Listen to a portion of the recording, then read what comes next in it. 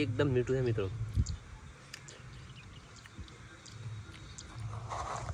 બેસીએ વરસાદ થોડો ધીમો થાય એટલે પછી આપણે આગળ જઈએ.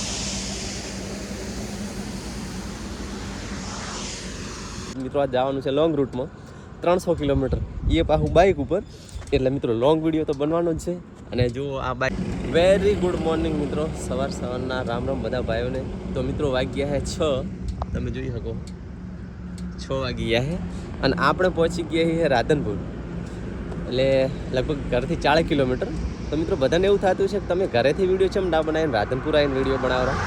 તો મિત્રો આપણાથી એક ભૂલ થઈ ગઈ છે એવી કે આપણે ડેલી શોર્ટ ફોર્મમાં વિડીયો બનાવતા હોય ઊભા ફોનથી, તો ઘરે ભૂલથી એવો વિડીયો બનાવી નાખ્યો ઊભા ફોર્મથી. એટલે પછી યાદ થોડી વાર રહીને પછી યાદ આવ્યું કે આડા ફોનથી વિડીયો બનાવવાનો રહી ગયો. જેમ કે આપણે આજ મિત્રો આજ જવાનું છે લોંગ રૂટમાં 300 કિલોમીટર, એ પાછું બાઇક ઉપર. એટલે મિત્રો લોંગ વિડીયો તો બનવાનો જ છે. અને જો આ બાઇક લઈને આપણે જવાનું છે. અને અમારે આ કાકા ઊભા જો, અમે ને અમારે ભીખાભાઈ અમારે કાકા જઈએ રહ્યા છે લગભગ મુન્દ્રા પાસે જવાનું છે 300 કિલોમીટર જેવું. તો આપણે રાધનપુર પહોંચી ગયા છીએ. હજી તો અજવાળું એવું નહીં ને હેર્યું. અને મિત્રો વિડીયોમાં છેલ્લા સુધી બની રહેજો, મજા આવશે. હું તમને છેક લઈને જઈશ મુન્દ્રા. રેડી? તો આ છે મિત્રો રાધનપુર સિટી. અને અમે ચડી ગયા છીએ નેશનલ હાઈવે ઉપર 27 નંબરના ઉપર. હવે અહીંયા રાધનપુરથી સીધા છેક હાઈવે આપણે અડવાનું છે.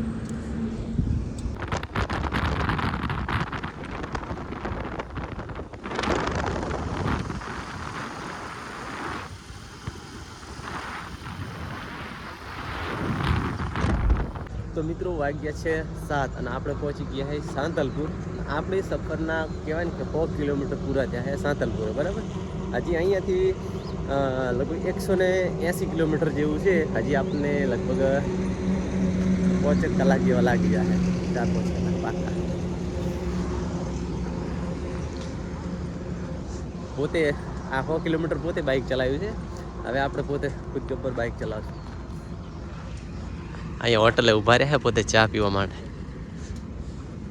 તો મિત્રો આપણે પહોંચી ગયા છીએ લગભગ આડીસરથી આગળ આવતા રહેશે 120 કિલોમીટર જેવા. અને અમારા કાકો કે મારો ફોટો પાડે, એટલે પોતાને હે ને આધો પોતે ઊભા જો. પોતે લગભગ 90 કિલોમીટર પોતે બાઇક ચલાવીને પાછળ 40 કિલોમીટર બાઇક મેં ચલાવી છે. અને હજી તો જર્ની ઘણી બાકી. હજી તો અડધમાં અમે નહીં પહોંચ્યા. 120 કિલોમીટર 130 કિલોમીટર અમે આવ્યા છે લગભગ. હજી 40% કવર થયું છે. અને ખબર નહીં ગોમ તો કયું છે. આ રીતનું છે, તમે જુઓ. તો મિત્રો અમારી સફરના લગભગ 160 કિલોમીટર પૂરા થયા છે. અને હજી અમે સામુખિયાળી તો હવે પહોંચી રહ્યા હા, પણ થોડું વરસાદનું ઝાપટા જેવું આવતું હતું એટલે બાઇક ઊભું રાખ્યું, બાઇકને આરામ આવ્યો. બીજા કારણે મારે માવો બાવો ખાવો તો મારે પોપારી ખાવી હતી એટલે અમે ઊભા રહ્યા. અને મિત્રો વાતાવરણ તો છે ને એકદમ મસ્ત ઠંડુ ઠંડુ, મજા આવી જાય આમ ડ્રાઈવ કરે એવું. જો થોડો વરસાદ ચાલુ છે.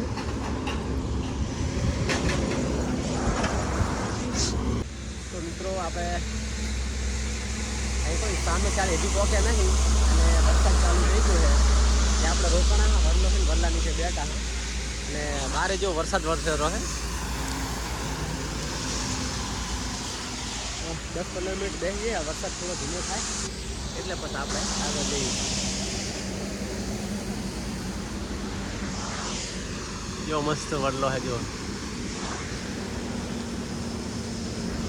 તો મિત્રો વાગ્યા છે 10 અને આપણે આવી ગયા છે ભચાઉ. મધુને મોંમાં રહે છે એટલે એમને કીધું હતું કે અમારે ઘરે ચા પી અને પછી નીકળજો આગળ. એટલે આપણે આવી ગયા છે અહીંયા ભચાઉ. આ તમે જુઓ પોતે હવે અમને લેવા આવ્યા છે. આગલી વખત અહીંયા રહેતા અહીંયા, તો એ તો જોયેલું હતું પણ નવેસર ક્યાં રહેશે એ ખબર નથી. એટલે આપણે આવી ગયા અમને લેવા માટે.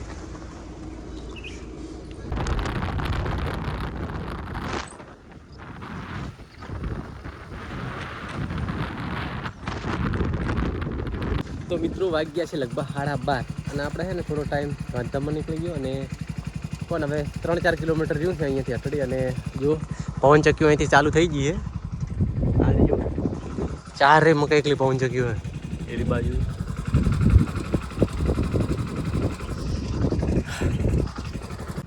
બે જ. તો મિત્રો આપણે પહોંચી ગયા જે ગામ રોકવાનું હતું ને આપણે ગામમાં જવાનો રસ્તો છે. હું તો બરાબર તો જાવ છો તમને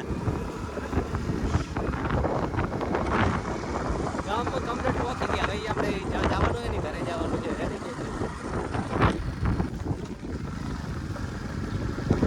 મિત્રો આ આ છે ગામનો ગેટ.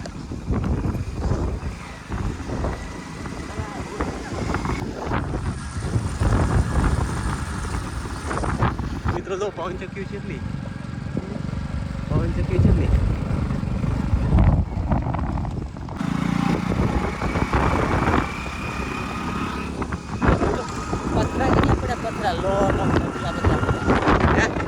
પથ્થર.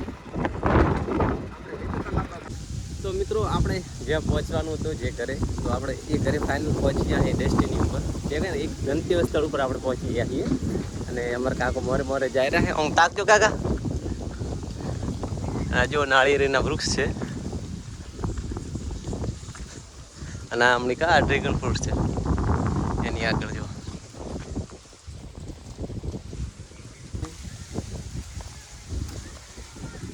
નાળિયેર હવે બેહેરા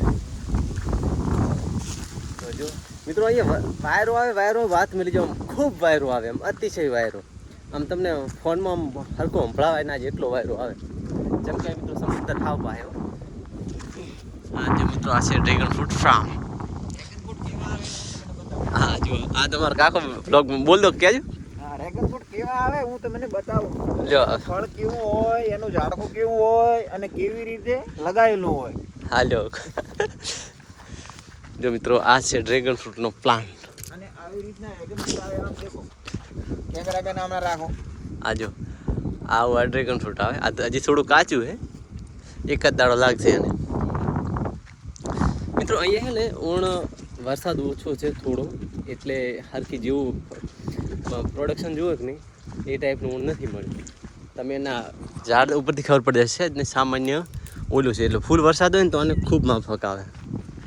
એટલે ફુવારા ટાઈપ હોય ને ફુવારા ટાઈપ વરસાદ એ આ ડ્રેગન ફ્રૂટને બહુ અનુકૂળ આવે.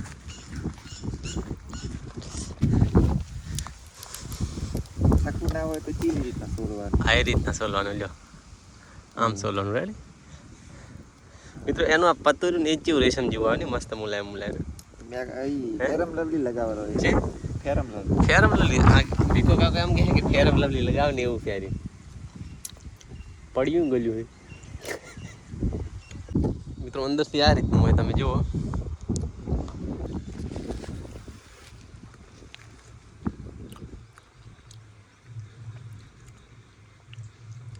એકદમ મીઠું છે મિત્રો.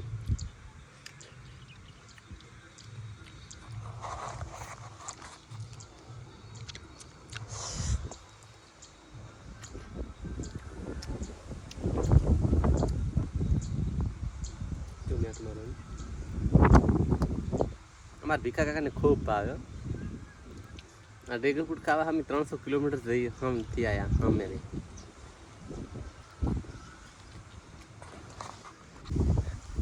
જો આમાંથી આવો દડો નહેરે રાતો શું ભીખા બોલે વખત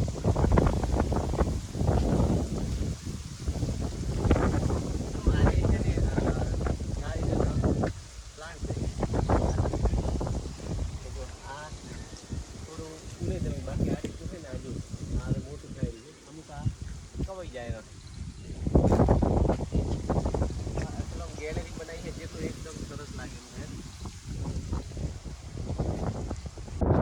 તો મિત્રો વાઈ ગયા છે લગભગ 5:30 વાગ્યા એટલે અમે બેસીને હવે કંટાળ્યા હતા.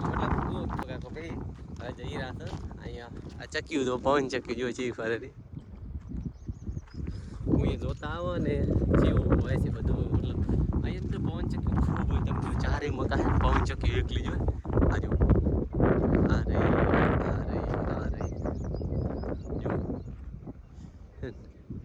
બધી પવન ચક્કી. કેમ કે મિત્રો અહીંયા છે ને ખૂબ પવન ખૂબ આવે, વાત મિલી જેટલો પવન આવે ખૂબ. મિત્રો આપણે ગમે એ જમીન ખોદીએ ને તો ટેકડામાં એક રેત જેવું રેત જ નીકળે. પોણા એટલે એકલા પોણા પથ્થર. તમે જો ચારે મકા એકલા પથ્થર હે ને, નકરા પથ્થર એકલા પોણા બીજી વાત એટલી પથરા જમીન. આજુ મિત્રો આપણે અહીંયાથી ઘરેથી નીકળ્યા કે પવન ચક્કી હાલ કે જોઈને આવતા રહ્યા, પણ આપણને આમ પાસે આવતા ને એટલે આમ એવું લાગે કે પવન ચક્કી આપણાથી દૂર જતી હોય ને એવું લાગે. અમે અહીંયાથી નીકળ્યા ને કેટલી વાત છે, પણ તો હજી તો કેટલી દૂર છે તમે જુઓ. એટલે જઈને દૂર જતું હોય ને આપણને એવું અહેસાસ થાય. તો મિત્રો આપણે ફાઇનલી પવન ચક્કી ને એની નીચે પહોંચી ગયા. ખરેખર મિત્રો આપણી દૂરથી જ મતલબ નાની લાગે પણ પવન ચક્કી મિત્રો એવડી છે ને ટાવર કરતાં તો ખૂબ ઊંચી અને એના મોકળા તો કેવા મોટા મોકળા તમે જોજો.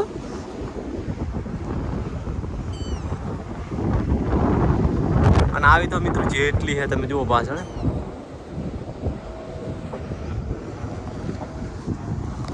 અને અવાજ તો ચેવો આવે ખબર જેટ ફાઇટર જેટ જતું ને એવો અવાજ આવે.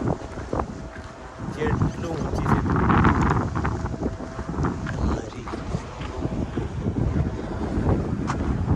તો મિત્રો વાગ્યા છે 10 અને હવે આપણે